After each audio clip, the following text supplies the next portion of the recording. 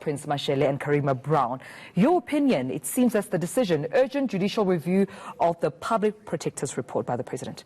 Well, it was to be expected that the President would seek a review because obviously findings and the recommendations of the Public Protector are not favorable to the President. So that's what the President said, that is going to take this on review.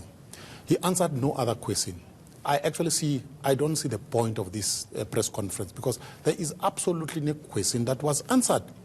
For example, we know that 500,000 went into a trust account of the President's campaign. We know that Bosasa is a dodgy company that has been corrupting state officials, right? We know that he once claimed that he had seen a contract between Bosasa and his son, and that was a lie. Tonight, he did not answer questions related to that. So as you and I sit here, South Africans don't know whether or not the President's trust account participated in criminality. Nobody knows. So this press conference, as far as I'm concerned, did not answer critical questions. That's the problem. So who do we trust? Do we trust Busisiwe Mkhwebane, who's incompetent? Do we trust the word of the President who simply said, I'm taking it on review? I don't trust the President myself because the President is conflicted in this matter. So it needs to be adjudicated by a different body.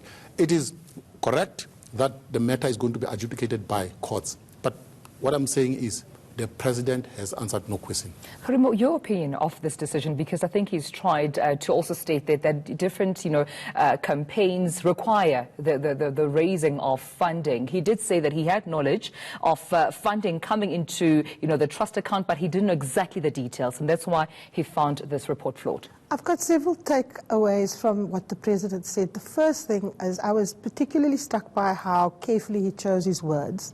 He was very careful to strike the balance between not coming across as, belittling or criticizing the office of the Public Protector, which is, of course, a Chapter 9 institution. And the reason why he's doing that is because he came to power off the back of a promise to restore these institutions. So he, unlike some other of his, acolytes who slammed the Public Protector, he didn't once malign her. But he was absolutely clear in his choice of words. He said the report is factually inaccurate, has no basis in law, and his legal team agrees, and he has thus applied for an urgent application, which means that he has no regard in factual terms for what the Public Protector has found. And the other thing that struck me was that he said a lot of money was raised. He admitted that when Kanita Hunter from the Sunday Times spoke. But he also said in a different way exactly what Gwede Mantashe said earlier. Gwede Mantashe said there were 7 candidates in the African National Congress, but only one campaign is being investigated. And he didn't say it in that way. He just said all of the candidates that were involved in campaigning raised quite a bit of money. And I think that there he was, as the young people say, subtweeting in a way Busisiwe Mkhwebane and the selectivity of the process. But I think to go further, what we're going to see now is a full-out fight between the presidency and the Public Protector in a court of law. And ultimately, Tumelo, that is where this matter is going to be resolved. Right. If we look at the urgency, we will see whether the courts grant that urgent request. And this is where Busisiwe Mkhwebane will either be reaffirmed in her correctness of her decision, or she will suffer another defeat.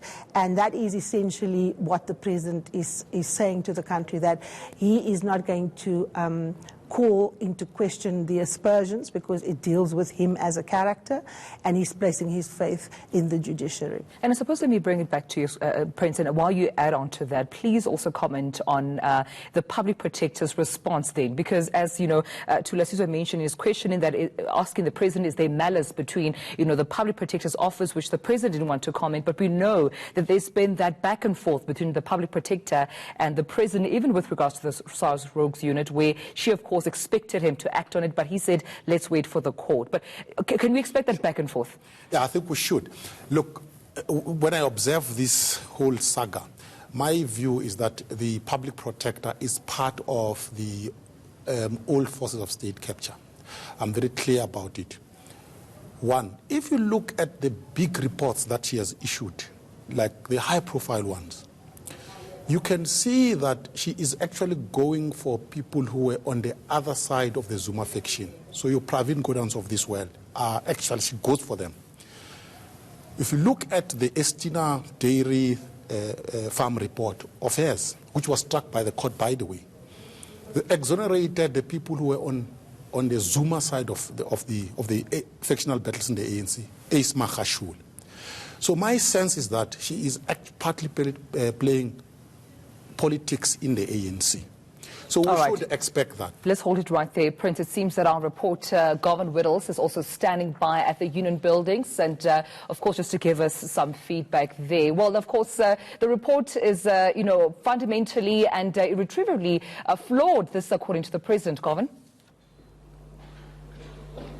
Indeed, he says that that's what they picked up on their reading of the report, and President Cyril Ramaphosa also saying that he's consulted extensively with his legal team regarding what he perceives to be irretrievable and fundamental flaws in the report. But just a few other important points that he made there, saying that he is determined to continue what he calls the cleanup of the state, mentioning key institutions which he says the government under his leadership has strengthened and repositioned and essentially restored their credibility. But of course, President also, while referring to the other presidential campaigns of the candidates who were vying to be ANC president, saying that at some point in time the ANC will discuss the matter of campaign finances, saying that after the 2017 Nasrec conference they agreed that campaigning had never taken place in such a fashion within the party, and that there was a need to discuss the financing of those campaigns. So that meeting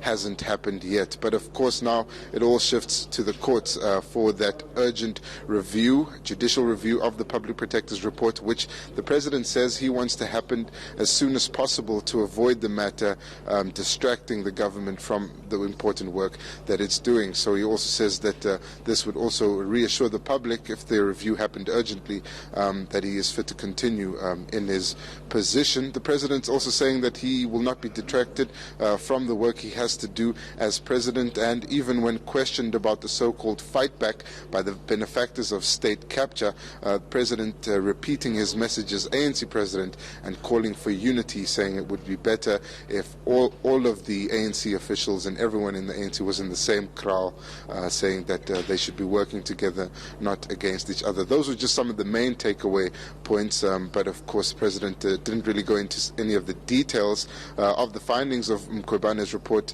and didn't discuss some of the points he raised in his official response to her, which of course was published by the presidency. All right then, Govan Whittles, thank you so much for that update. That's our reporter, Govan Whittles, joining us right there.